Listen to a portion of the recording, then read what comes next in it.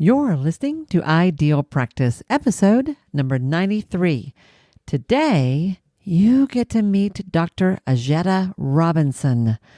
This is a woman with a story that's going to touch your heart and a practice that will inspire you to think in a whole new way.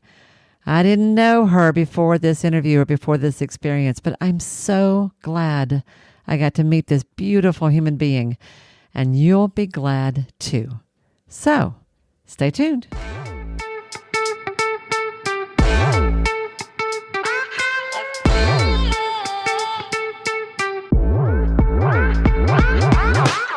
Hi, I'm Wendy Pitts-Reeves, and with over 2 decades of experience in the private practice world, I've built my 6-figure business while learning a lot of lessons the hard way. This is the first podcast that shows you how to apply the principles of energy, alignment, and strategy to build a practice that is profit-centered, but people-forward. This is the Ideal Practice Podcast. Hey guys, and thank you so much for tuning in to another episode of Ideal Practice. This is Wendy Pitts-Reeves, your host. We are heading into a new moon, I believe, as I record this, and that makes me wonder, what's new with you guys? What new ideas are being birthed in your life or in your work as we enter these next few weeks? What new opportunities are right in front of you, just waiting for you to connect the dots, see what's possible, and take imperfect action? As I am recording this, I have quite a few things in the works, actually, and I can't wait to talk to you about all that. But you know what? I'm going to save all that for another time because I have someone really special that I want to introduce you to. So let me tell you about Dr. Ajita Robinson. So Dr. Robinson is known as the expert's therapist. She's a grief and trauma therapist, an award-winning and best-selling author of The Gift of Grief, a practical guide in navigating loss. She's a TEDx speaker, an international speaker, and what's special for us today, an income strategist. And by the end of this interview, you will understand what that means. She's been seen in places like Good Morning Washington, Headspace, Wall Street Journal, HuffPo, The Washington Post, CNBC, and Therapy for Black Girls. After serving as a grief and trauma expert for over a decade, she began to leverage her years of clinical experience and a previous career as a corporate consultant, you're going to hear about that, to launch a mental health practice and scale it to 8 figures. You heard me right, 8 figures. She is a first-generation trauma and poverty disruptor who helps mental health entrepreneurs create living legacies and financial freedom while helping communities heal. And I know what it sounds like when you hear a bio like that. It sounds quite polished. It sounds almost a little bit over the top. It sounds like somebody you might not be able to relate to, and you're even maybe a little bit skeptical of. But I'll tell you, after hanging out with her now for a couple of times in different phone calls and conversations, she's the deal. She's the real deal. And her story explains exactly how she got to where she is today. And the cool part, what she's doing has some very specific strategies that you could implement if you wanted to. That could be pretty life-changing, not just for you, but for everyone you do business with. I love this story. I love where she came from. I love what she has to share. And I'm kind of blown away, honestly, by the sheer business skill that this woman brings to the table. So enough of that. Let me introduce her to you. And with that, let's get in to the interview. Hello, everyone, and welcome. This is Wendy. Thank you so much for tuning back in to another episode of Ideal Practice. You guys know how much I love hanging out with you every week because this is like the highlight of my week. And today, I am so not kidding when I tell you that you are in for a treat. I know I say that all the time, but you really are in for a treat. You already heard a little bit in the intro about my guest, Dr. Ajita Robinson. Wait till you meet the real thing, y'all. We are going to talk about a whole new way of thinking about your practice that I think it's kind of mind blowing. And I think you're going to love this. So let me just say hello, Dr. Robinson. Ajita, come on and say hi. Hi, Wendy. Thank you so much for having me. I'm so excited to have this conversation and just to get an opportunity to talk to your community as well. So thank you so much for the opportunity. Absolutely. We have had a time getting here, I tell you. We've had lots of scheduling stuff and all kinds of things. And here we are. And we had a pre-call where I wanted to learn a little bit more about you. And I was telling you that I had to go back and watch that again because I was so impressed by it. I didn't even take notes. Normally I take notes, but there were so many goodies that I just thought, I'm not even going to write this down. I'm just going to go back and watch it because it was so good. So let's start. Let's kind of set the stage. Tell everybody just a little bit about where you are, who you are, what do you do?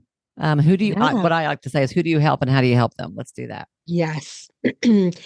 So I am in Bethesda, Maryland. I'm a Midwest girl, so originally from St. Louis, Missouri. When I get excited, that accent comes right out. So it's I'm a group practice owner. So I have a large group practice here in the Maryland area, but we also have clinicians stationed in about 7 states now. I think last time we talked, we were in Seven 6. states. We have 7. We have clinicians in 7 states. Okay, I didn't know that. Um, and our team is a little north of 150 clinicians. We have admin team Wow. members. We are co-located we have our main office, and then we're co-located in OBGYN, pediatric, chiro, and speech pathology offices. We're up to 17 and a couple more Wow. contracts underway. So that's what I do on the clinical Wow. side. I'm a grief and trauma therapist. And so, from a direct practice perspective, I actually work with first generation poverty disruptors and trauma survivors. That's Mm. clinically what I do. Um, but on First the other side, generation, first generation poverty disruptors yes, I'm a and first first gen responders? kid. Yeah, Mm. and trauma Wow. survivors. And so some of Yeah. those are first responders, and so I work quite a bit with law enforcement officers, other physicians, but the commonality is that they are likely the first to disrupt both poverty, education, what have you. Wow. And that in and of itself comes with some grief and trauma. So that's what I do clinically. Yeah. Um, on the consulting side of my business, I am an income strategist. And so I was trained to broker business to business partnerships. And so I help mental health professionals leverage their brilliance beyond direct practice. And so whether that means securing school contracts, working with universities, government entities, corporations, creating courses, you name it, the diversification piece about how we can take what we do in one-on-one and bring it to many to impact more lives while building, financial stability for ourselves. And so that's the thing that I absolutely love to do. Yeah. Okay, so that was a mouthful. Did y'all catch Yes. all that? Okay. So you are income strategist for business owners, for private practice and business owners diversifying their income in lots of different ways, which we're going to talk about. But Yes. also that you have yourself 150 something clinicians who are in how many sites? 17 sites? You have 17 17 sites? co-located, yes, locations. Yes. Co-located in 7 states where you have therapists that are housed inside the offices of a pediatrician, OBGYN, chiropractic, and speech pathology. That's new. You didn't have that last time I talked Yes. to you. Yep. We just signed that one. Oh, I love that. Mhm. And you're doing all of that at the same time, and you still do some direct practice yourself. You're still seeing clients. I do. One day a week, I see clients. And so Do you that sleep? part I think just keeps me fresh. Yeah, I get that. I do I the same thing. do. Yeah. Yeah. Yeah. Man, wow. Okay, so I don't think we need to say anything else. There you go. Okay, no, we can't do that. Um, Golly, so many questions. Okay, so clearly you have a huge practice setup that is doing lots of creative work in a very different kind of way. That whole idea of co-locating is not something you hear about very often. Tell us a little bit. Do you mind kind of taking us back a little bit and tell us kind of your backstory? Like, how the heck did you get here? Why have you always been you haven't always been a therapist? You have a story before that. Yeah. Tell us a little bit about your transition into the clinical world. And then let's talk about how you built this thing you've got. Yes. Yeah. Let's do Yeah. that. So I always say kicking and screaming. I became a therapist kicking and screaming. And it's interesting because I should have like seen it because both of my parents are in mental health. My dad has always worked for like Mental Health Association in Missouri, but on the administrative sides of things. And then my mom was a substance abuse counselor, but she wasn't when I was a kid, right? Oh, So, wow. because I'm the first in my family to graduate college, and so I graduated before her, but it was always kind of there, right? And big proponents of Mm. mental health. But when I was in high school, I met this amazing psychologist, and I was like, oh, I had actually never met another I had never met a Black woman doctor ever Oh, in my yeah. experience. And I Cool. was like, oh, so I was fascinated Wow. with her. Yeah. And I Yeah. didn't know folks that had like personally that had gone to college, right? And so that was like exposure. And then she was a doctor, and I was absolutely Yes. enamored. And I'd always Yes. had this knack for like helping people. My friends would tell me I have a listening face. And so that was always something that was happening, right? A listening Um, face. That's cute. right. And I was like, now my expressions are louder than I would like them to be sometimes. But anywho, so I did my undergrad in business and psychology. I had done enough. I'm a data girl, right? So I had done enough research to realize that the bachelor's in psychology would not be sufficient, and Wait a that I minute. You had an likely would. undergrad in business and psychology? Yes, Is I did so a like a dual double major. major? Is that what you did? Yes, I Okay, did. got it. Okay. Okay. And I realized that my business degree would like provide stability for me while I pursued the doctorate, because I knew Yeah. that at that point I had figured out that yes, that's what I want to do. I thought I Mm. was going to do the medical route, and then did an externship and realized really quickly that's actually not the route I wanted to go, which led Okay. me back to the PhD route. And so I, finished my undergrad. While I'm in undergrad, I am a pharmaceutical sales rep, and that full-time job is paying for my undergraduate degree. Wow. And my main job is to get my, prescriptions into doctors' offices. And so, you know, Mm. I don't like driving, but I like people, right? And this is when Yes. Zithromax first came to the market, and, some other meds that first came to the Oh, market. yeah. And so This is I a have really good branded. story. I do want to hear Yes. the story. That's right. Yes. Yeah. Yeah. And so one of the drugs that had just come to the market was Viagra. And mind you, Viagra. I'm 18 years old. I am 18 years old, right? Well, you were a And so pharmaceutical sales rep at 18? as a Goodness pharmaceutical gracious. sales rep at 18. It started off as an internship, and then I did so well that they offered me a Wow. position. Okay. And so I'm 18. I get my first car. Like, I don't know how to drive. I run over my boss's mailbox. I think I'm going to get fired, right? So when I say by accident, I absolutely mean that, right? So Literally. functional hot mess. He doesn't fire me, but I have to drive to like hundreds of doctors' offices to, get them to take my prescriptions. And I want to remind you that these are drugs that people don't know yet. We know them now, like Z-Pak and Viagra and Norvasc and Lipitor, but they were brand new drugs. So I Okay. had what you would say at the time were untested products, right? They just weren't household names at the time. Mm-hmm. And so my goal is actually to not have to drive. And so I learned that if I can Now, actually where get a were you? Were you promotion. in DC I at was this in point? Missouri. I was in You're Missouri. Missouri. And I Okay. had never driven on the highway. I was afraid to drive when it was raining, and like snow was definitely out of bounds, right? And so I'm like, oh, I need to get a promotion to be an institutional hospital rep, because then I only have to drive to one location, the hospital, right? Which actually Ah, was within walking distance. And so I actually didn't want to drive at all. I was planning to walk to work. This is how what a driving averse hoot. I was. But my motivation was to not drive. That piece is important. And so what ends up happening is I go into this, oncologist office, and I'm standing behind the glass screen because they haven't let me back yet. And I'm talking to the front office receptionist about Viagra. And he And like was this peeks a his head cold back. call? This is a cold It was a call? cold call, So completely you literally cold. like you walked in off the street. Walked in off the Hi, street. I'm the 18-year-old who doesn't Hey, want to drive and I want to talk to you about Viagra. What? and like she slid her frosted glass over to look like to talk to me. And I'm 5'2", so I'm barely above this counter anyway, right? And so again, painting the scene, right? So he steps back and he like looks through the window, and he's like, "What did you say?" And I was like, "Oh, I have Viagra." And he's like, "How old are you?" And I don't know, like, I'm not aware enough to know that he probably shouldn't be asking me my age, Was right? this the And I was like, receptionist that was this doing is now this? the physician. This is now the doctor that's asking me this. I was Oh, talking who to is the coming to receptionist, but okay. he heard me say He, erectile dysfunction.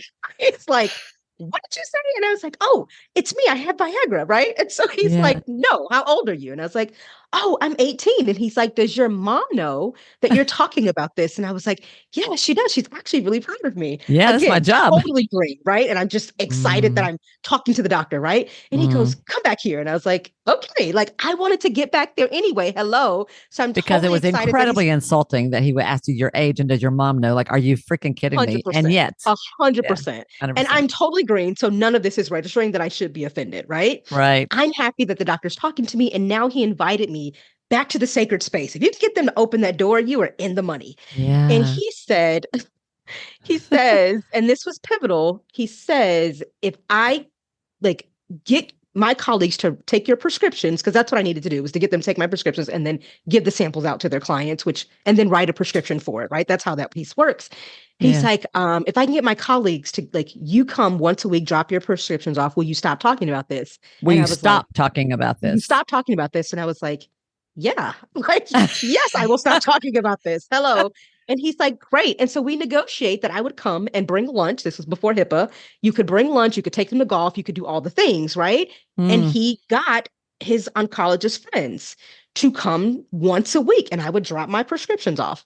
mm, And so now, again, remember, I don't want to drive. And so I was like, yeah. oh, I wonder if the cardiologist would mobilize something like this. And so, Yeah. yes, I found a cardiologist that had influence and relationships, and I would take them to golf twice a month. I still can't play golf. I would pay for golf and they would write my prescriptions, right? And so what I learned was, and I did that with other specialists, right? So now instead of having to drive to hundreds of doctors' offices 5 days a week, I got my schedule down to 2 days because I'm either 2 days providing away. breakfast, lunch, You or learn, golf. find one person who can introduce you to Yes. everybody else and who can bring the business to you. That is great. Absolutely. Yeah. And so now Yeah. I, have all my classes on 2 days. I work 2 days. I have a free day even. And Wow. I was the youngest institutional hospital rep that they had had ever, because of Wow. course, this strategy led me to get a promotion. And then they're like, how did you do that? And I'm like, and they're asking me By these talking secrets. And about I'm like, erectile because I didn't want dysfunction. to, right. I was like, it's like, what motivated you? And I was like, I didn't want to drive. And they're like, and so my boss is like, you can't say that in the training. And he's like, what else? And I was like, I really didn't want to drive. Like, so I need you to sit and think about what else was motivating to you. And I was like, In all terms of right, why you wanted sure. to be an institutional rep, Yes. or And what okay. drove me to drive sales and build relationships in that way. And I was like, how Yes. about I just tell them the how and we could just like think about the why, because I didn't want to like lie about that, right? I was like, Yeah. literally, I didn't want to drive on the highway Yeah. all in the car, right? At all. And so what Yeah. I did was I said, when you understand your why, you will figure out the how. And that has Yes. served me well throughout my career. Yes. As I pivoted, right? And then building relationships with people is about what they care about. So for the oncologist, it was about reducing, for him, I represented his granddaughter and he just couldn't imagine her having this conversation. And so it wasn't even me, it was what I represented to him. And so for Mm, him, his motivation was different than mine. I just want you to write my prescriptions, right? And to take my samples. And he just wanted to reduce the that trigger for him, right? yeah. And I wasn't even aware of that at the time. But what Huh. I learned is that you can find what's essential to people and you can meet that need. They will give you all of the time in the world. And that is the same strategy that I've used to, integrate other offices, is understanding what actually matters to them and where the pain point is that we're uniquely like capable of resolving, right? And so I I did okay, that let's piece. highlight that. You learn Yes. to understand what their unique pain point was. Say that again, repeat that because that was important.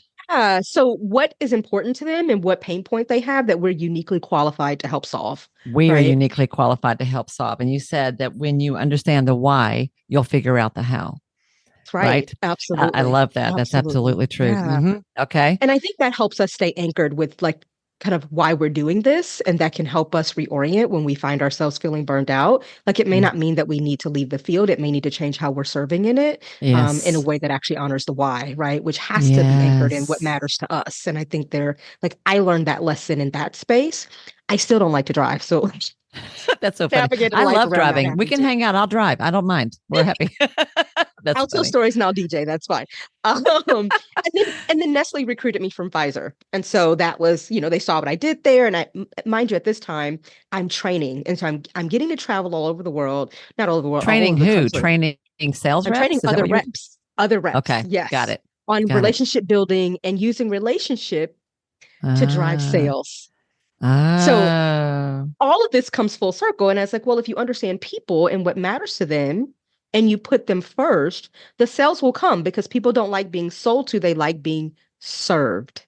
People don't Again, like being, golly, people don't like being sold to. mhm, They like being served. Amen, yes. amen, and amen. Yeah, which Ah, aligns with my servant leader identity as a clinician and as I lead my team. I serve them first. I don't yeah. have to worry about them also taking care of our clients. And so then Nestle recruited me, and my job was to, broker partnerships between, get us more shelf space in places like Walmart, right? That was my, kind of main client, my biggest Your client. job was getting chocolate on the shelves. That's what you did. Dog food. Dog food. Beneful was a premium line that was just coming out. So it was, again, first to market. It was unheard Yeah, of. Could we serve a premium client, yeah. that had a shorter shelf life, higher price, right? And so part of that was, again, understanding that we're talking to a different audience. We're not talking to Hmm. people that treat their cat and their dog as pets. We're talking to people who treat them as family because they're willing to pay Yes, for the premium product. And so again, yes, understanding who we serve allows us to tailor the services to them, right? yes. Um, This is important, because what y'all. matters to Stay them. tuned into this because as she tells her story, you're going to see how this comes back to serve her as a clinician and as a Full practice owner circle. because it's so good. Yeah, So at got this it. point at Nestle's now paying for my master's in counseling.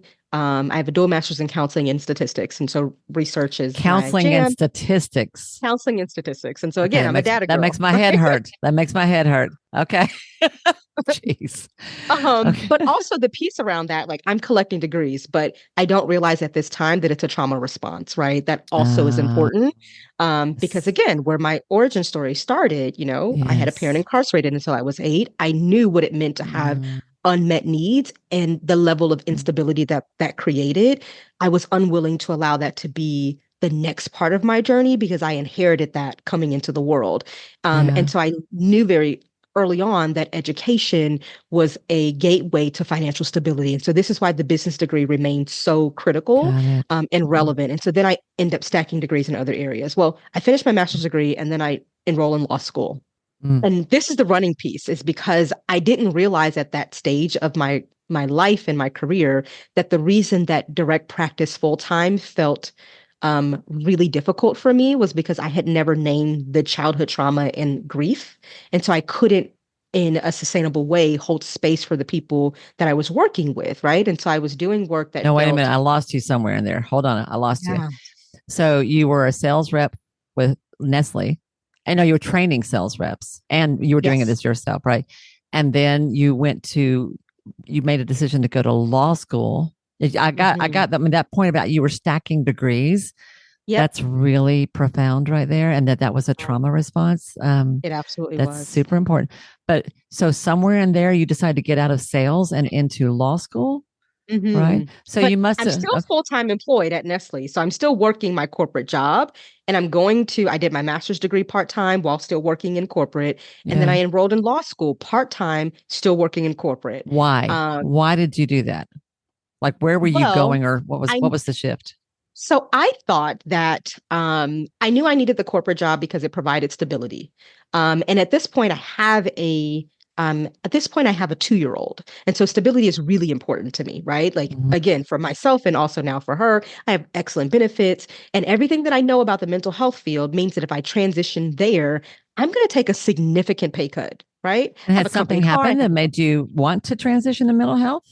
I knew that the business piece was the thing that I was good at, but it wasn't the thing I was passionate about. So Uh, even when I was in pharmaceutical sales, yes, like cardiovascular health and cholesterol was helping my grandparents. Like I got them on better medication, but the sales aspect of it was very data and money driven. It wasn't improving life like driven. That's just yep, not the culture that was yep, happening. And that was always incongruent. And so it felt really disconcerting that I kept being praised for how much revenue I was bringing in because it never aligned with the why I was doing it. got Right. And it, so got it. being asked not to tell that part of the story also it was a disconnect for me. And I was like, I'm actually not Mm, interested in just making you a whole heck of a lot of money because I can't see the impact that it's having on the people that I actually care about. Right. And I actually yeah, really care about people. And so that part just kept gnawing at me. And it was tough because I was experiencing really like lots of career success. I got promoted at Nestle. I got recruited from Pfizer of all places, yeah. right? So You're an not a bad gig overachiever. to You're have, clearly an right? overachiever, Uh, right? But Absolutely. it wasn't Um, satisfying your soul, it was not satisfying. It and was you, not. right? Yeah. So I want to talk about And an ideal now practice. I have That's what I'm my talking about. Hmm. absolutely. And now that I have my daughter, the amount of time that I'm now spending away from her feels that much like Worse. less, Yeah. right? Yeah. Like the trade-off doesn't make sense. When I was a Yeah. single person by myself, it was like, whatever, I'll work 40 hours a week, go to school for another 10 hours a week, right? Right. Not Right. have much of a So life, you but shifted to law school at that point because you wanted to do something that meant more. it You meant were more. ready to do something that Absolutely. had deeper meaning. And because of your own family history or your Yes. background, whatever that story is, you were like, this is not helping people the way I want to help. I mean, Yes. it's great. The success is great, but it is empty success. This is not what I want. All right, great. Absolutely. So you went to law school I go to law school, and with a academically, 2-year-old. I'm doing well. I'm with a 2-year-old. Amazing Mm-hmm. support system that allows me to do all of these like things. It certainly wouldn't have been possible without them. And I am academically thriving and morally and ethically suffering Oh, because the law is not like it doesn't take context, like how they got there into consideration. Very rarely it interprets the law, which is not always designed to recognize like how they got here as a result of trauma, yeah. right? As a result of Yeah. unmet economic needs. And my therapist heart Yes. is bleeding here, right? Yes. And so as my Yes. contracts law professor, and I'm in her office and I'm doing the office hours and the consultation, and we have a great relationship, and she says, she's like, Contracts law professor. Yeah. yeah, she was phenomenal, right? It was again, I'm doing fine academically. I have a 4.0, Yeah. great scholarship, but academia had always been my safe place anyway. Yes. But I'm suffering, right? Yes. And I don't feel like I fit. It's taking me longer to write my papers because I have to scrub all of the humanity out of them to Oh, meet the bless your heart. requirements of the assignment. And so this is what I'm Yes. struggling with. And we're talking through office hours. Eventually I write the paper, but it's taking so much out of me, right? And so Mm. she encouraged me to take, by this time I've moved to DC and I'm at George Washington for thinking I'm going to finish my law degree. And she encourages me to take my electives. She's like, you don't have to take your electives and these things you think you're going to take them in, like international law and trademark, right? You can actually Yeah. take your electives over, like in grief. And so I did. And so I Ah, signed up. Yeah, as you can I imagine, love here we that. So go. you were in law, but you took electives in the psychology side of things, right? I did. I did the Yeah, same thing. I started off as a broadcasting major, believe it or not, I and love that. I had to take and I was taking like advertising classes and which were putting me to sleep. And then I took psych electives just for the fun of it, and completely fell in love. Yeah, 100%. Yes, Isn't that crazy? it Okay, absolutely is. so you took grief. You took classes in grief, and I took a course in Intro to Grief and Loss. And mm, before the class started, I wrote my professor an email trying to negotiate to not have to go to, like, they had an individual counseling and journal requirement, like 3 sessions of counseling and then journal. And I wrote him a, yeah, persuasive email mm, from my experience in law school, trying to justify why, like, I actually didn't need to do that component. And I he's don't like, have to "Oh, do you're that my law counseling student." part. I don't like that's not really relevant. It's not why I'm here. Like, I'm here because my professor recommended it. He goes, "Oh, you're my student from the law school." And I'm like, "Yes, it's me." And he's like, "Excellent. I look forward to reading your journal." I was like, Ah! "What?" Did not go as planned. I love it. I love it. And it was in that class that I realized that in therapy, really for the first time, and Yeah. I found a grief therapist. And because I'm just going to do the requirements. I don't have any grief, right? Like, I'm whatever. My fine. I don't childhood need was a this. norm, totally fine. Yeah. Was not fine. Was not fine. And now I'm angry. Isn't it funny how when there's a path you're supposed to go on, the universe keeps bringing you back to it over and over and over and Absolutely. over again. All like one way or Absolutely. another, you're going to do this work. You're going to do this work. When Yeah. you're not ready, if you're not ready, you're not ready. That's fine. But when you're ready, you're Yeah. going to be there. I really love Yeah. that, Ajita. I totally want to honor and respect for just a moment what you have said because you're saying it quickly. I told you, so y'all, I have to, audience, my friends who are listening, I have to tell you, I told her before we get online, before we got on this call, I said, you talk fast and I hear slow. So we have to stop. But I just want to pause for just a second and honor and respect the drive that you had, the courage that you had, the sheer the willingness to persevere no matter what, and the sense of excellence that permeated everything that you did. I totally understand when I've not heard anyone say they were stacking degrees before, but I get that. I get that, honey. But for you to see now what that was about, you were Mm. basically running Yes. and learning. You were running and learning at the same 100%. time. And I always say it's all grist for the mill, which is my Southern thing. But it's like everything that we do in our life, everything we try, everything that works or doesn't work, every experience comes into it, informs our skills as a clinician, our skills as a Hmm. practice owner. It all adds to the mix. It's all valuable. But I Yes. just really want to praise and recognize. Yeah. It just feels really important to me to honor that. Okay. Cause that's a Thank you. lot that you were pushing through. Um, Yeah. so here you are, find yourself in a grief class and you're just taking for the heck of it. And the guy goes, yeah, let's do a little counseling. No, I don't need that. Yes. Nope. Y'all, Totally resistant. this char baby, don't throw me in that there briar patch. That's so funny. No one's going to Yeah. get that reference. Y'all are not going to get that reference. Never mind. All right. So let's continue. So you're taking a grief class. You're going to do the journal because you're a good girl. You're a good Yep. student. You do what you're Did. supposed to do. Yeah. Hmm. I was like, And fine, right? I'll just do this. fine. And then I get into grief Damn it. therapy and then we learn because no one had died, right? And that's what I knew about grief was death. And this Yeah. class opened my eyes, therapy opened my eyes that I had cumulative losses that had never been named, had never been worked with. And it's the Yes. reason that I would busy my way through the moments that actually I needed to pause and actually acknowledge and name and feel, right? Yes. And I learned Yes. that, for me that the absence of pain is not joy. And that's what I thought. Like, Mm, I'm not in any pain, so I must be happy. And I wasn't. mm. I was numb and I was busy and I kept moving forward because there was nothing. If I stopped moving, there was so much fear about that I would go back where I came from. And that's Oh my not to gosh. like my family of origin is fine, but I grew up in one of the worst neighborhoods in the city. It's not where you want it to be, right? And so I was so afraid of, and I remember saying to the therapist when she asked me like what has like motivated me all this time, and I remember telling my high school counselor, I just don't want to die here because so many of my Mm, friends died before they graduated high school because that's what happened in my neighborhood. They either died or they went to jail, and I didn't yeah. want that. Like so Yeah. I began stacking the deck in my favor because I came in with statistics that said what I could do and what I could be. And I just knew that I didn't want that for my life. I had You were seen that. bound and determined you were not going to be the story that somebody else was telling. And Absolutely. having met that black doctor in Yes. high school, which sort of There was started proof. you to think that there was something new that was possible for you. Yes.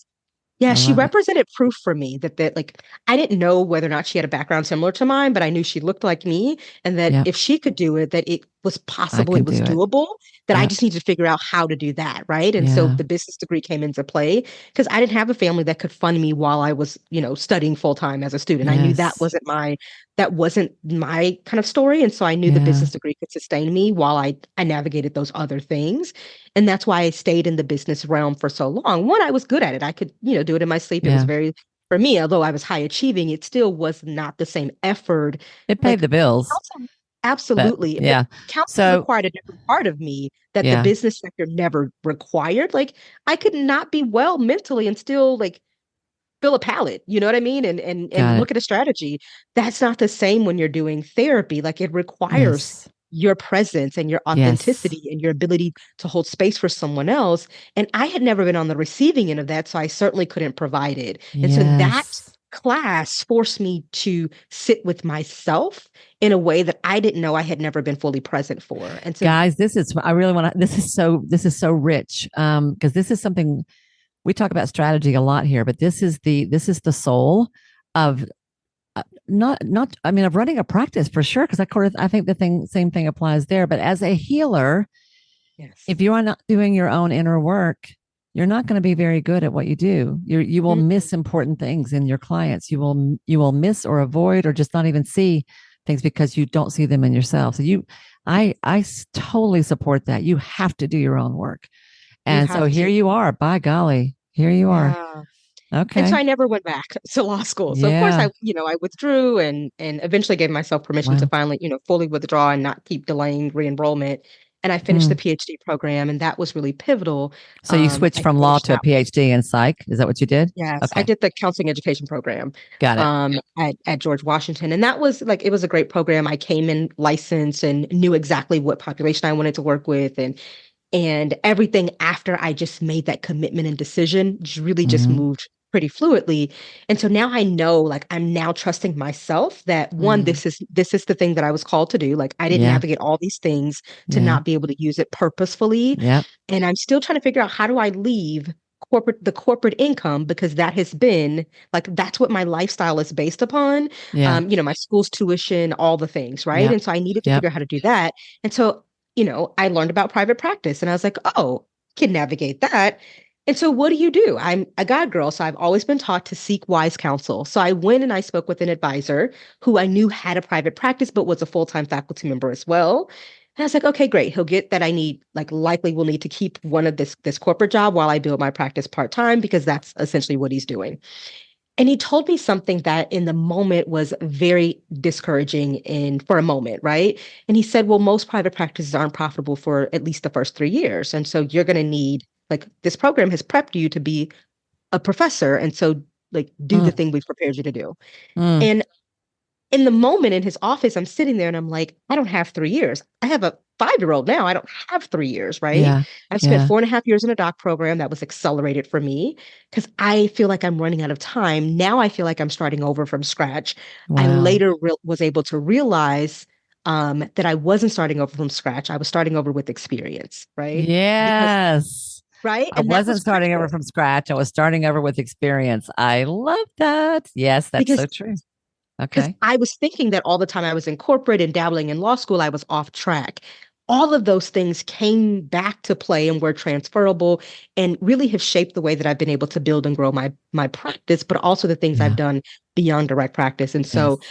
I made a decision then. I was like, I don't have 3 years, and this either has to work or it has to work. So I'm just going to build my business as if it works.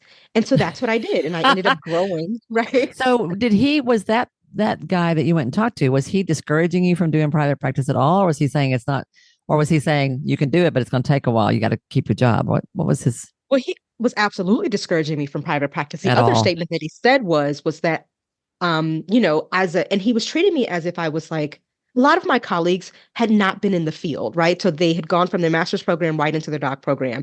Like, I had a full-time job in corporate, but I also was working part-time in mental health. I was fully licensed by the Mm, time I got to the doc program.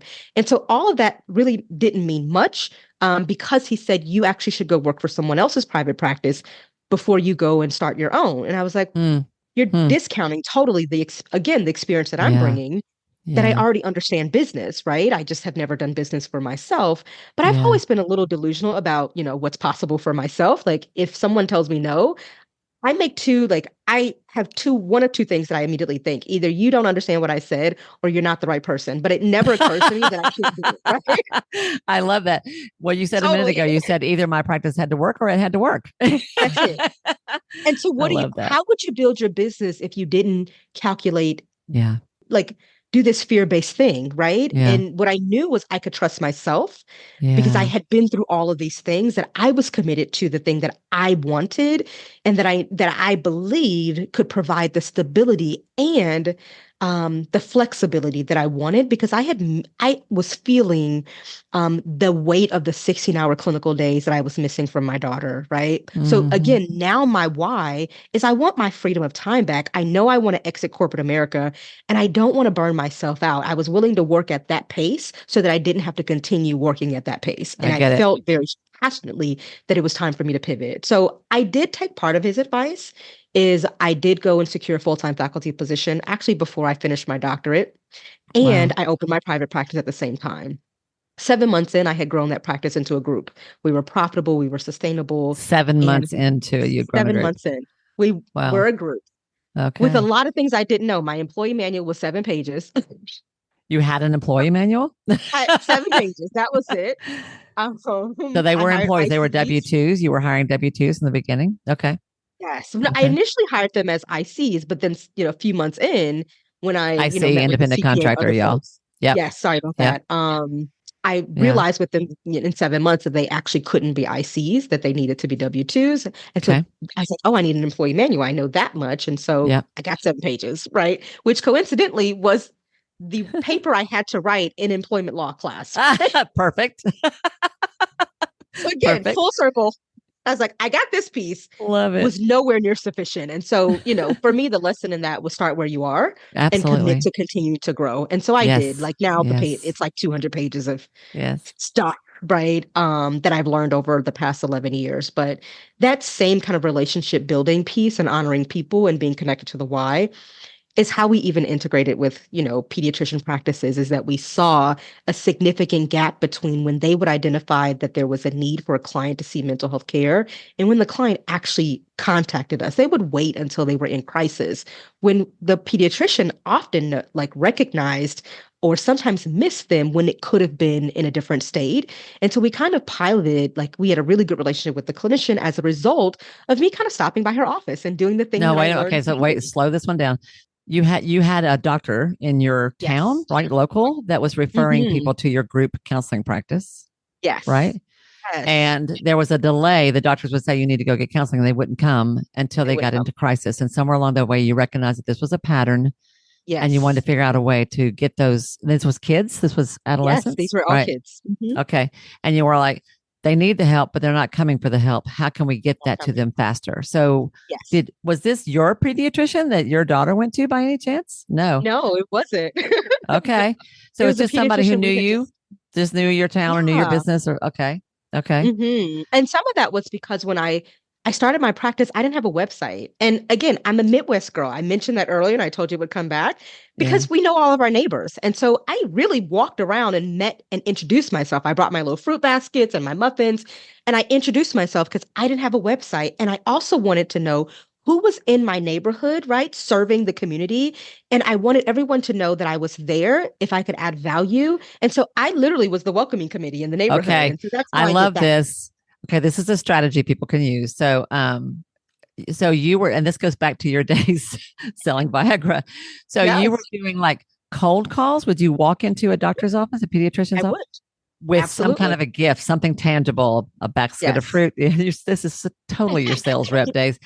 And you would say, "Hi, my name is so and so. I run a group counseling practice in town. I just kind of wanted to meet you guys." And you would like talk to the front desk and what, give them some fruit and some business Yes. cards. Okay. Absolutely. And they were Yeah. geographically close to your practice. So they were where your referrals would be coming from.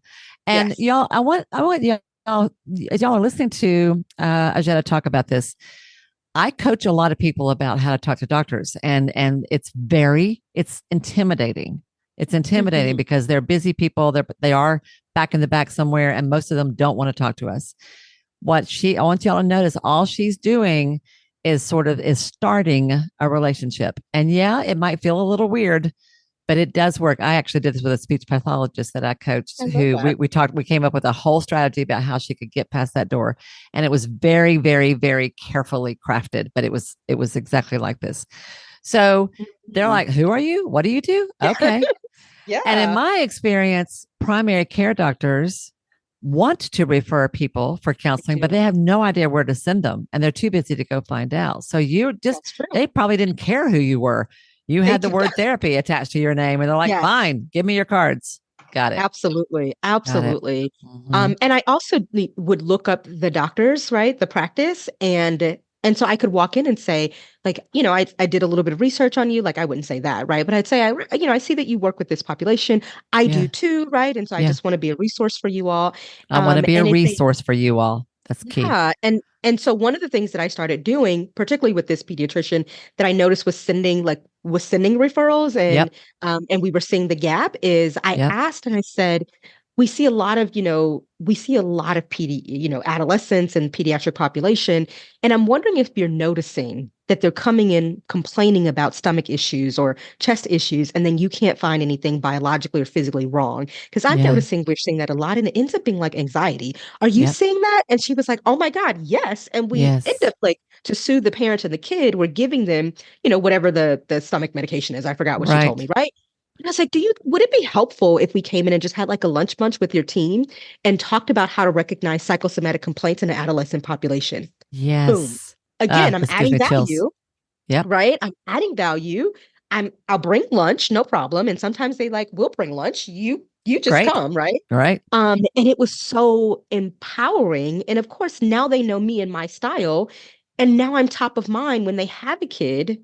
right? Absolutely. And now they're doing consults and saying, "Hey, doc, can you weigh in on this? Would you, Hmm. can we ask you a question?" And so now I'm a Now you trusted really are a resource. resource. Yep. I am really a 100%. trusted resource. And Yep. so I still don't have a website, but I don't need one because I have in my network of Yep. within 4 block walking distance in either direction, my community knows me and they know that Hmm. I'm available to assist them. And so when I call and say, "Hey, do you know anyone?" Right? I have a new clinician. Let me introduce them. This is who Yep. they serve. If you have anyone that we can help, send them our way. And they know we're known for providing excellent care. So you know it's a good referral, right? And So that's what Ajita, I think. there was a time when I worked with adolescents and I was the go-to person for teens in my town. And the local Mhm. juvenile court judge sent practically every kid that went through his court to me. I mean, like Yes. all of them. At no point did it occur to me to go offer to do a training of some sort or to go to the court and do something or much less create some kind of a contractual Mhm. thing. This is brilliant because you are now helping the kids, you're helping the families, but you're helping the helpers do a better Yes. job as well. And you're building a reputation for your practice as one who Mhm. serves. People don't want to be sold Yes. to, they want to be served. Absolutely. Boom. Got it. Yes. Okay. Um, and then we'd ask a critical question of, our providers that already trusted us. Do you know any other practices you think that could benefit from the type of service or workshop that we provided to you? Because now they'll introduce us to their friends. Do you That's how know we got anyone into other else? offices. Do you know anyone else that Yes. could benefit from this? And so Yes. I just committed to doing one of those workshops a month. I could dedicate an hour, either I come in person or we do it virtually, whichever works for you, but we could The just same build workshop relationships over and over and over the again. same workshop. I would Yep. tailor it like I did it in an urgent care setting because I had asthma attack and of course, now that I can breathe, I'm going to ask you questions, right? You're right here. And I was like, "Do you see like people with suicidal ideation or anxiety in urgent care?" Yeah. And he's like, "No, we don't." I'm like, "Aha." So what that tells me is you don't know it when Right. you You see don't it, recognize right? it. And so Hmm. I asked him, I was like, "Do you guys ever have any trainings or, PDs that come in to talk about mental health?" Of course, the answer was no. I figured that out by the intake paperwork, right? I was like, "Oh, I would love to, like, we'd be happy to come in and we live here on the corner. Like, we're neighbors, right?" Right. And so we got Right. into the urgent care, right? Because I had an asthma attack, right? Which was Mm. not the way. I was like, this copay is going to pay for itself one way or another, friends.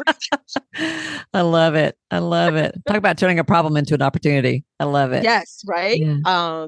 And so, we just, continued that strategy and really looked at what other disciplines are our clients that are experiencing grief and trauma, because that's our area of specialization. Yeah. Um, who else is likely serving them, right? And so that's how we diversified, right? So Yeah. the chiropractor again was another good referral source, was working with a lot of folks that had car accidents and other, injuries, and there's Hmm. grief and trauma, that's Yeah. wrapped up into there. And so that became, another space. And so we just began asking the question, like, we love that you refer to us, but how would it improve your patient care if they could have a mental health assessment on site? Like, we can come into your office and just pilot it. And so we We'll did bring that. it to you. We'll bring it to We'll you. bring it to you. Yes. And so that really kicked things off. And then, like, now we have offices that approach us. Whereas before, I was doing all the legwork and getting into the offices Wow. and pitching them. And now we've built a reputation that we have 4 partners that are looking to bring us in for us to staff. And so that's actually how we grew the business. I never intended to have 150 plus clinicians, but Yeah. this thing just continues to expand. And now I have clinicians that, one that we just hired last week has a specialization in perinatal care. That's not my jam, but can we Yeah. staff, an Yeah. An OBGYN's OBGYN. office? Absolutely. And is there birth And so related you're not trauma? having to buy Yeah. buildings and create an office Oh, somewhere. You're just nope. placing people in offices that exist. And then Yes. do their patients pay you or does the office pay you? Like, how does the payment work for that? Yeah. So some of the offices are concierge, and so it's only private pay. Either way, we're paid directly from the client. But from the And client, not from the from the doctor's client. office. Okay. Mm-mm.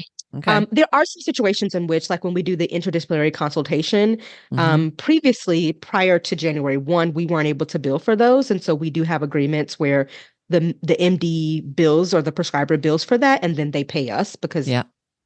Medicare They or can. Medicaid only pays one person. They've always paid MDs. Now, Hmm. as of January 1, we can bill for those consultations when we couldn't before. And so that's Hmm. the only place in which they pay us directly. Otherwise, we're just collecting the payment directly from the client. But From the the beautiful client. thing in the majority of these offices, they're not charging us overhead. And Yeah. I negotiated that because one of the things that happens is when we have an appointment scheduled with the client, 99% of the time we're running on time. So if they're Mm, behind, and they're usually behind, they actually can now bring a client right into a treatment room because we're available, right? yeah. And we can keep it improve their patient care, improve their patient experiences, Hmm. and we can roll in right either before or after the nurse that comes to check vitals. We can do a quick mental health assessment, and if Hmm. they need additional services, we either can refer them to our main office, or if we're in a location where we have space, we can actually just schedule them right then and there For a for their session. actual Yeah. session, right? Yeah. And so that improved the efficiency of their office. We're 100% paper free. Like, it really just elevated their practice. And so we Wow. can negotiate to not, and we really don't, we need an iPad. We don't take up a whole lot of space. Yeah. And so we really negotiated. I was like, okay, if we don't save you money or make you money in 6 months, sure, you can charge us. And we've not had anyone that has come back and said, we actually need to bill you because it's not working in our favor. And so It's that's what funny. I It didn't said. even occur to me that they would charge you because I'm thinking you're doing them a service. Why would they charge you? But Yeah, I can see that like it also helps you. You're getting business out of this. So I can see how they might think of it absolutely. as subletting an office or something like that. For sure. And a Yeah. lot had that mindset when we initially started this, because now, like, co-located and integration is becoming, more common, but we were one of the only folks doing it, 7 years ago. Like, it just wasn't, Yeah. it wasn't as Yeah. common as it is. Yeah. It's becoming to be. And so we were kind of first to the market in our area. And so we really were piloting a lot of things, seeing what worked, what didn't work, and then dialed in the Mm-hmm. disciplines that it really made sense to partner with. Mm-hmm. Um, Mm-hmm. yeah, and so those were different types of contracts. So I didn't have to figure out, we only have one office space with 6 suites. Like, that's it. That's in One our physical business name. location, right? One Yeah. physical location. I don't have to manage all of those other locations, because they have administrative staff, and everything for us is streamlined. And so that really allowed us to be efficient and optimized. That's And impressive. yeah, so that's Yeah. been really awesome to kind of just be a part of. Wow. So that whole piece there about just how to get into a doctor's office is incredibly valuable. And if nobody hears anything else out of this episode, that Mhm. alone, I'm hoping is going to be like sparking some ideas among people, because I really do think that this is money on the table Mhm. because I've experienced this myself where I've talked to clinicians or MDs who are like, I'd love to send people. I don't know who the good Yes. people are. And part of actually what worked for my group practice, actually, when I ran, I don't have it anymore. But when I sold it in the pandemic, but I had Congratulations. a group practice for 25, give or take years. And we had such a reputation as the go-to place in our town. Like, doctors would tell their patients, I don't care who you see, just see somebody at this place. And so that Yes, our name meant something, our brand meant that's right. something, which was huge to me when I started hearing that. Because clients would say, my doctor said they didn't care who I saw, just Yes. as long as I came here. So Yes. what we started doing was making generic business cards that didn't have anybody's name on it, just our practice name. Because we did two things. We did that because doctors wanted to have that in their office so they could just hand it to somebody, just call this Mm. place, they'll help you. And then the other thing that we did that I put together as a resource for doctors, I put together. I always had like 10 or 12 providers in my office, and they all did different things. They worked different hours. They had different all kinds of things. I put together a simple one pager that explained who was there, when they were available, what their specialty was. And everybody took different, some were self-pay, some took insurance. Mhm. They did it their own way. And because the doctors would be like, I do want, who sees kids at your practice? So Mhm. I created this one pager, folded it up, stuck it in a Christmas card with a Mhm. picture of all of us, and Oh, I sent love that to that. every medical practice in town. And I only meant that for the doctors to pull up and look at and go see this one if they didn't want to, and Mhm. if they needed something specific. They started making copies of that and giving it to patients, Oh, I which love that. I didn't mean it for that. Like, I hadn't designed it with that in mind. And at first I was a little bit mortified because it was a very, it was just the facts. Mhm. But I learned from that they will refer. They just don't know who to refer. So make it easy for them to Make it easy. refer. Absolutely. Yes. Make And it that's what easy. you're doing. Absolutely. You're doing that Yes. on a big scale, and you're doing it so much further. You're taking it to them. But you don't just do doctors. You also do government contracts and corporate contracts. Tell Yes. me about That's that. right. Yeah, and again, all the skills are transferable, because what we often do with corporations and even, government contracts. I'll be at a university in Chicago next week on Monday, talking really about burnout prevention and intervention in the workplace, right? And then I'll be, training federal law enforcement officers on Wednesday and Thursday of next week on mental health Jeez. first aid. Um, Wow. and, one of the things that's really important is be able to highlight the pain point they know that they have. That's That they also a know priority that they have. Yeah. that they know they have. And that's also a priority. And so I liken this to like when we answer the phone and we do a quick consultation with someone, I might hear that there's some unresolved childhood trauma, but they're coming in and the thing that brought them in was the thing that happened at work. And if Yes. I don't honor the thing that brought them in and Yes. I'm like, but you need to do this work, I lose them. It's Yes. dishonoring. And the same is true if I address the problem the client has, it will create Yes. room, trust in the relationship. So I might be able to introduce this other thing that I think is contributing to what the current trigger is. And the Right. same is true when you're wanting to partner with, organizations, corporations, government entities, is what's the problem that is a priority? Because it may be Hmm. a problem that it's a known problem, but it's not something they're willing to do something about. They won't pay you to do. Yeah. They don't care what the solution is because it's a problem that they have tolerance around or that's not a priority, Yes. right? They're And so not, it's not, they're not miserable enough yet. they're Yeah. not miserable enough. Yeah. And so I made a post on LinkedIn like earlier in January that talked about like, here are 5 things you need to consider or that you should think about to determine whether or not your team is burnt out. So you can't ask people that are burnt out and disengaged to be creative and do more. Um, Mm. without honoring where they currently are. And I did that. And then I think I had a post on like, how to know if you have a toxic workplace, right? And so Yeah. those two, this representative VP from the university was like, I actually think you're talking about my team that I just inherited. I'm brand new and You I'm did a worried post about on these things. LinkedIn that talked I did about these. a Mm. newsletter on LinkedIn, and most people Oh, aren't leveraging LinkedIn. So it's not as saturated as many other platforms. that's a And both really of good point. those, it Hmm. absolutely, right? And then thinking about it, like your decision makers from academia, from corporate America, from government entities, they're on LinkedIn. They They're on may be on LinkedIn. Facebook and Instagram, but they're on LinkedIn looking to Yeah. build professional relationships. Yep. And so where's your audience? And so for me, I Yeah. know that that's where they are. And so I have different conversations with them about what's happening in the workplace environment. And so Wow. we're talking really about the burnout prevention and intervention, but that's what I'm talking to their employees about in Yeah. therapy, right? What's showing up for them, how that's impacting their productivity, how it's impacting their quality of life, whether or not they stay at a job, when they feel dishonored, all the things. And now I get to go into corporations and help them understand how policies, procedures, productivity impact the mental health and wellness of their team and really what's at risk if they don't address those things, right? And Why they so should care. Why they should care. why they Hmm. should care, right? Yeah. And it's important to understand what's motivating them because what's motivating me and what's motivating their employees Yeah. isn't the reason decision makers bring us in. And so we have to be able Absolutely. to speak their language and be able to pivot. What are we doing one on one and how does that apply to many? That's the thing that I think sometimes we struggle with is not thinking our skills is transferable, right? Yeah. Yeah. Um, Yeah. Yeah. So there's a saying, sell them what they want and then give them what they need. You've heard that? absolutely. A Right. So that's hundred what you're percent. talking about here. It's funny. I was just coaching this morning with someone where I was saying there's a lot of things you can bring to the table, but they don't know that and they don't want that. You have to start with what they're asking for. So what are they asking Absolutely. for? Yeah. Absolutely. Yeah. I know that our federal law enforcement officers likely need a training on vicarious trauma. Yep. What they're willing to pay for is mental health first aid because they want to be able to recognize mental health distress when they're navigating and working with the general public. But what I know will happen when I deliver this Yep. training is that they will recognize and see themselves in their own Yes. experience. But I Yes. also know that there's incredible risk of them saying, "Oh, I also might have PTSD, or I Yep.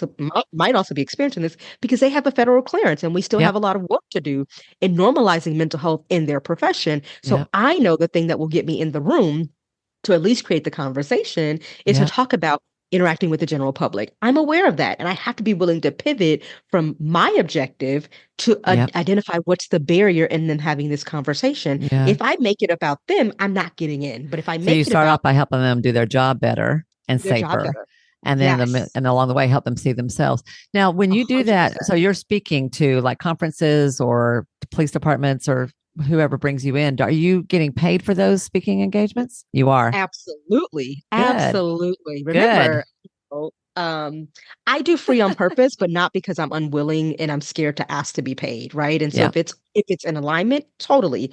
But this is also my bread and butter, it's an 8-hour training. That's a big one. So Yep. we actually secured a grant. I wrote a grant that was, publicly available. So SAMHSA, Department of Health and Human Services, often foundations will have grants, and this particular one was earmarked for first responders. Well, law enforcement officers are first responders.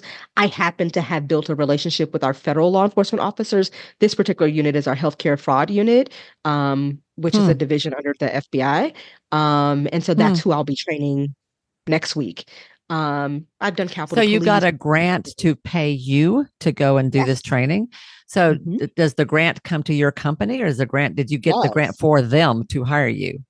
So we've done it Both multiple ways. ways. And so Yeah. this particular grant, my company was eligible for. When we first trained law enforcement officers, it required that it was a 501(c)(3), which I had established. And so it just needed a community partner, which happened to be the government agency. Even in that situation, it came directly to the 501(c)(3), which then subcontracted my practice, right? So And you have your business entity. yes. Do you have like an LLC or an S corp? Mhm. Okay. So you have your business entity, and then you also create a nonprofit. Yes. 501(c)(3) is a nonprofit, like an arm of your business. So the Correct. nonprofit gets the grants, which Yes. then pays the business for you to go Correct. provide this training. Yes. Brilliant, Yeah. brilliant, I brilliant. also did that Golly. so that I could hire my clinicians, and those clinicians that work fully for the nonprofit could get student loan forgiveness, right? Because private practice doesn't qualify. And so that was another motivation for me. Boy, And that's a whole somewhere along the nother, lines, yeah, that that's a was a whole whole nother nother topic right there. whole nother mamma jamma, Yeah. right? Yeah. But yeah, so we've secured contracts where, like, we've worked with schools where we weren't eligible, even the 501(c)(3. It had to be a school entity that held the contract. We would write the contract, partner with them, and write ourselves in as a service provider. And so the money would go to the school and then they would pay us. And so there's Yeah. so many ways you can navigate that. And Yeah. I'll tell you that our first entry point into this was actually subcontracting. So somebody else like secured the contract and we Mm-hmm. delivered like parent skills training. And that was really a saving grace because I didn't know anything about I knew grant management from a research perspective, but I didn't know anything about it from a management, reporting, balancing Yeah. funds, all of There's those a things. lot to And it. so There's a lot there's to a it. whole lot, right? Like we've Yeah. hired that out, but in the beginning, I didn't even know who to hire. I didn't know what Yeah. job description to say I needed because Yeah. I didn't know who did that. And so for me, it was about subcontracting and staying in my zone of genius, which was delivering the parent skills training, right? And learning from someone that had done it and they had a vested interest in training someone else. And so I just had to make myself available to be mentored in that regard, right? And I Mm-hmm. paid for that, for them to share their knowledge. And they wanted to look for somebody that could take this grant over because they wanted to retire. And so it Hmm. really was because I was so visible in the community, I met them at a networking event and they were Yeah. like, oh, like you're her. And I'm like, You're I'm the me. one. I don't know if I'm the one, but I'm me and I have a unique name, so I can't act up, right? She's like, no, it's you. And I was like, yes, it's me. And then we finally like actually talked details. I was like, oh yeah, that is me, right? Like, Yeah. Huh. oh. And that is how, I got started. And So so somebody else already had a grant to provide parenting services, and they wanted out, and you said I can take that on for you, So sort of. the larger contract was they were providing supervised visitation for the state, and Got all of these it. individuals were mandated to one provide like receive Yep. it at a approved facility, Yep. and the state wanted them to also while they were there provide this mandatory parent skills training, and they Got it. had the facility, but they had no one that could provide the parent skills training, and we Mm, were already on the court's list. yeah. I'm also a certified mediator. So we were on the court's list to do those Yep. things. We Yep. just didn't have like I had a 3 office suite. Like I didn't have the capacity or the space to do it. Yep. And they didn't have anybody that could do it. They had the space. And so she's like, no, I've heard about you. Like, family law attorney or someone had Yep. mentioned you should talk to Dr. Robinson. Because they had the space, didn't have the skill. I had the skill, didn't have the space. And so Huh. we couldn't meet a need that the other person had. And then eventually the state was in the process of building their own secure facility for supervised visitation, but they still wanted someone to come in and do the parent skills. So that was like our first entry point into contracting. And it's been 8 years. We still hold the primary contract for the training. Wow. I no longer have to worry about the space because the state now has its own facility. And we were able to carry that work that she had started forward, and someone that she felt like she could trust. And This so is a theme we that did that this for a goes through while. everything you do. Everything you do, Yes. it's been about building a reputation, building relationships, but also leveraging a single point of contact that turns into lots of business, and providing services on site for someone else, not Yes. having to house it in your own place, so you don't have the overhead. So it's your Absolutely. profit margins are going to be higher, and Absolutely. your impact is greater. It's a brilliant way of thinking, and clearly your business background helped you a lot. You know the language. I can tell it even as you talk. The way you speak is not typical for therapists, but is totally learnable, and Yes. it works. It really works. So It does. I uh, I am amazed and so grateful to have met you and to learn about this really cool way of running a practice. It's so much more than quote a practice in a way. I Yes. mean, um, there was a time actually when when my group practice was at its height, when we were so well thought of. I kept thinking, how can I spread this out? How can I? And I briefly thought about building satellite offices into other Mhm. communities. But I didn't have the systems in place to do that. And I was exhausted because I was kind of Mhm. doing all the things. And when I hear conversations like this, I think, man, that was a missed opportunity. I just didn't know how to do it. I love that you're here to share this with my audience for real. Not everybody. I said this the other day in a different conversation. I said not everybody wants to build an empire. You know, not everybody wants to do this kind of thing. But even if you don't want 150 clinicians in 7 states, you Yes. might want your local county government to Yes. contract with your office and maybe two other therapists to come in and provide Yes. services. In fact, that reminds me, I'm coaching someone right now in the Pacific Northwest who a big part of her practice has turned out to be that county governments and Mhm. major organizations in her community are asking her to come in and do work for them, like to create, like do Yes. group training and all that kind of stuff. And it's turned out to be quite lucrative because when there Yes. are pilot projects they want to try, or they've got a problem and they're not sure how to do it, she's like, let me see if I can come up with something. Yes. It's really like you become the first person that people think of. You are top of mind when an opportunity Mhm. pops up. And I also like what you said that you had no idea how to do this in the beginning. You started small locally with one pediatrician, figured out what worked, tried things on, and then began to grow from there. I love that too. Yes. I'm mindful of the time. I think we could probably talk for 3 days, which is actually, you just had a summit about this. I should mention that you just conducted a 2 day summit where in fact you did do exactly this. Yes. Um, and I know you're going to be doing some more of those. Ajita, tell people how to find you, because as I'm listening to you, I'm thinking if I had known someone like you earlier in my career, like you would have been the person I would have wanted to hook up to, because I did have big ideas. And some people actually do want to build an empire. And you have Mhm. the fact that you are doing this in a way that doesn't leave you exhausted and burned out, and you still have a life and you have a sweet daughter. Like you're doing all the things, but you're doing it in a way that works like Mhm. it works financially, it works spiritually, it works energetically, it works physically. And Yeah. you, with that person that you were when you left Nestle to go to law school, and you were like, yeah, I'm making all the money, but this is empty money. Now Yes. you're still making good money, really good money. Yes. You're Absolutely. at 8 figures, aren't you? Yeah. The clinical She's practice is at at eight 8, and then figures. I built 2 7-figure businesses alongside that. So Good it Lord. we get to grow and build at our scale, And so Yeah. one of the things, and now, I work 9 months out of the year on, like, I get to choose, right? The Do things you that really? Wow. align, right? And I'm planning to build a year sabbatical, right, in which I never thought I could do outside of Oh, academia. I've wow. created a pension for my team. And so for me, that's legacy living.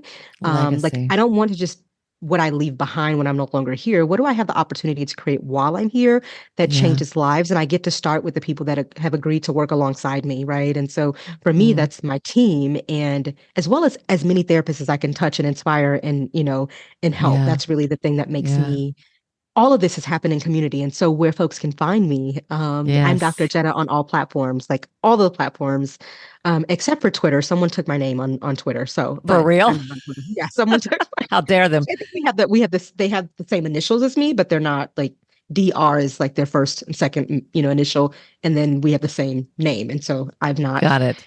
Yeah. Yeah. So I'm So Dr. Ajita on all platforms, otherwise. And then I have the Purposeful and Profitable Therapist community on Facebook, where it's a completely free group where we just have these conversations and normalize rest, and that you get to say no so you can say yes on purpose. Right. And I think that's the piece yes. that matters the most.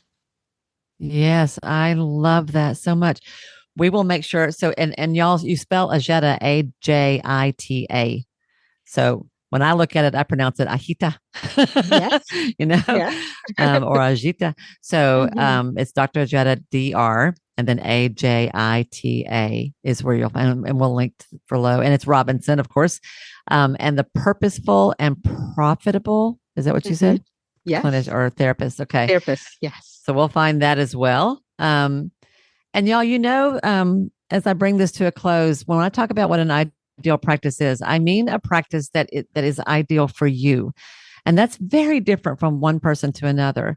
But the one thing that I think should not be different from one person to another is that you need to be making money, and you need to be making money in a way that feels good to you.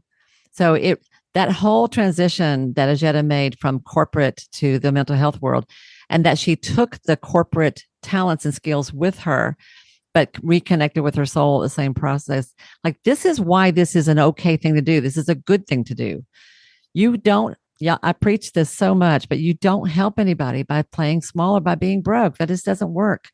On the other hand, when you run a really successful practice, look how many lives she's Mhm. impacting. It's immeasurable, the difference that this one woman is making, not only just right now, but in generations to come, because she's impacting the families of her clients, the families of her staff.